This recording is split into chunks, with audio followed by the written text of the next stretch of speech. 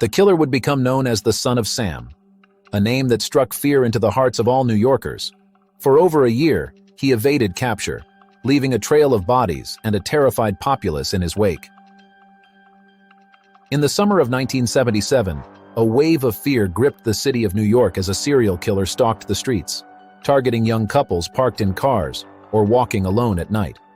The killer, who would become known as the Son of Sam, left a trail of bodies and a terrified populace in his wake.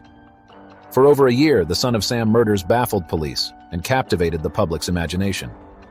The killer's bizarre letters to the police and press, in which he claimed to be commanded by a demon-possessed dog to carry out the murders, only added to the sense of mystery and dread surrounding the case.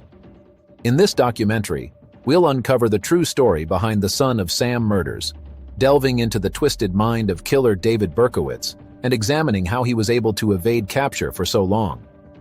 We'll hear from those who were there, including police investigators, journalists, and eyewitnesses, to paint a vivid picture of the terror that gripped New York City in the summer of '77. The first victims.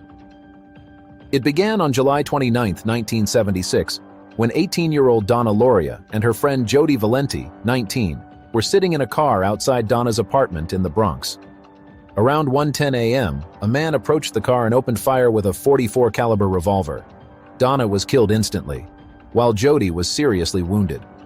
6 months later, on January 30, 1977, Carl Denaro, 20, and Rosemary Keenan, 18, were parked in Flushing, Queens when a man approached and shot them both in the head.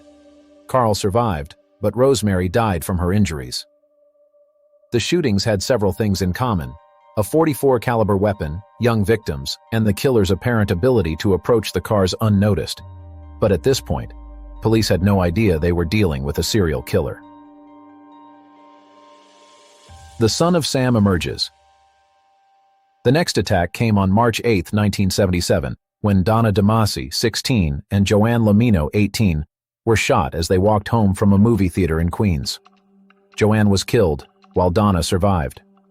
2 months later, on April 17, 1977, Christine Freund, 26, and her fiancé John Deal were sitting in a car in Flushing when a man approached and opened fire with a .44 caliber gun.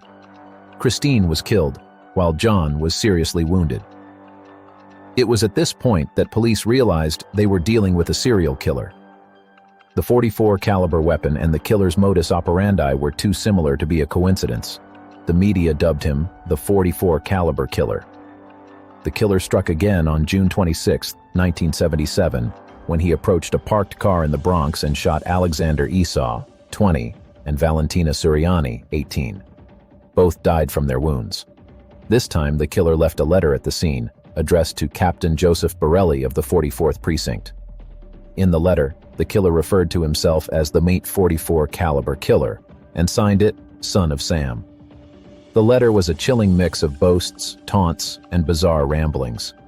The killer claimed to be commanded by a demon-possessed dog named Harvey to carry out the murders. He also claimed that the murders were part of a larger conspiracy involving a worm that had burrowed into his brain.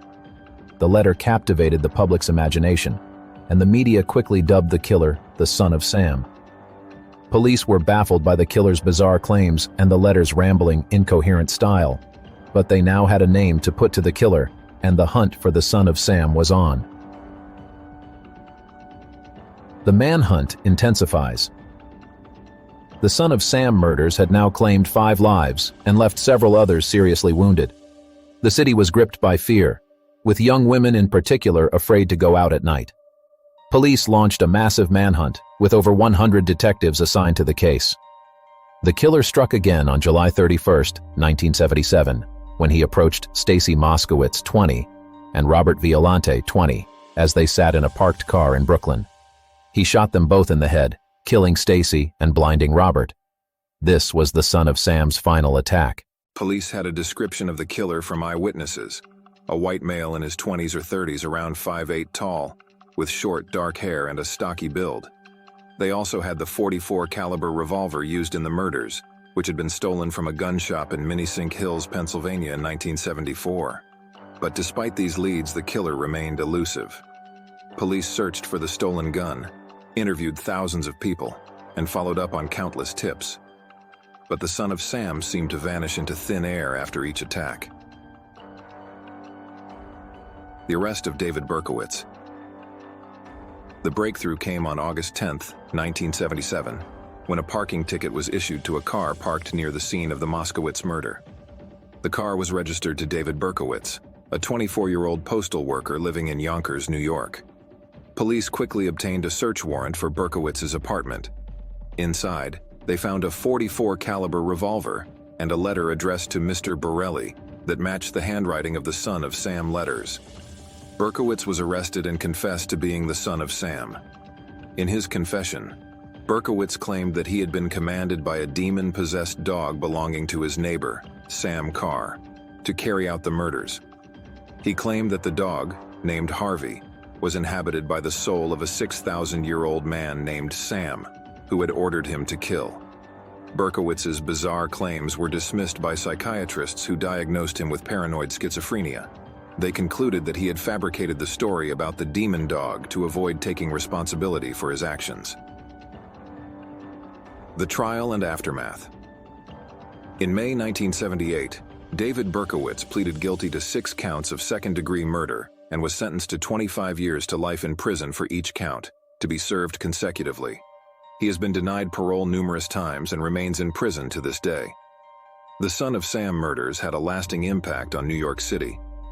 The fear and paranoia that gripped the city during the killer's reign of terror was palpable.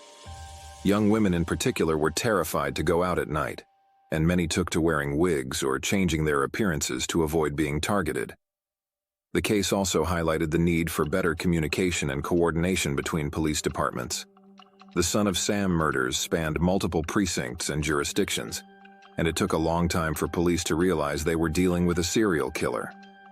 This led to the creation of specialized task forces and improved communication between departments. Today, the son of Sam murders remain one of the most infamous serial killer cases in American history.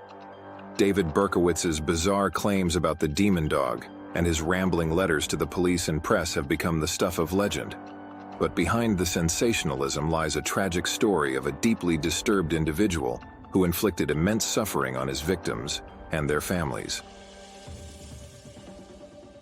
Conclusion. The son of Sam murders were a dark chapter in New York City's history, a time when a serial killer stalked the streets and terrorized the city. But the story of David Berkowitz is also a cautionary tale about the importance of mental health treatment and the need for early intervention to prevent such tragedies from occurring. In the end, the son of Sam murders serve as a reminder of the fragility of life and the importance of cherishing every moment. They also remind us of the resilience of the human spirit and the ability of a city to come together in the face of adversity. And that's the chilling story of the son of Sam, a case that gripped New York City and the world. If you found this dive into one of history's most notorious serial killers intriguing, make sure to like, share, and subscribe for more true crime stories. What other infamous cases would you like us to cover? Let us know in the comments below. Thanks for watching, and stay safe out there.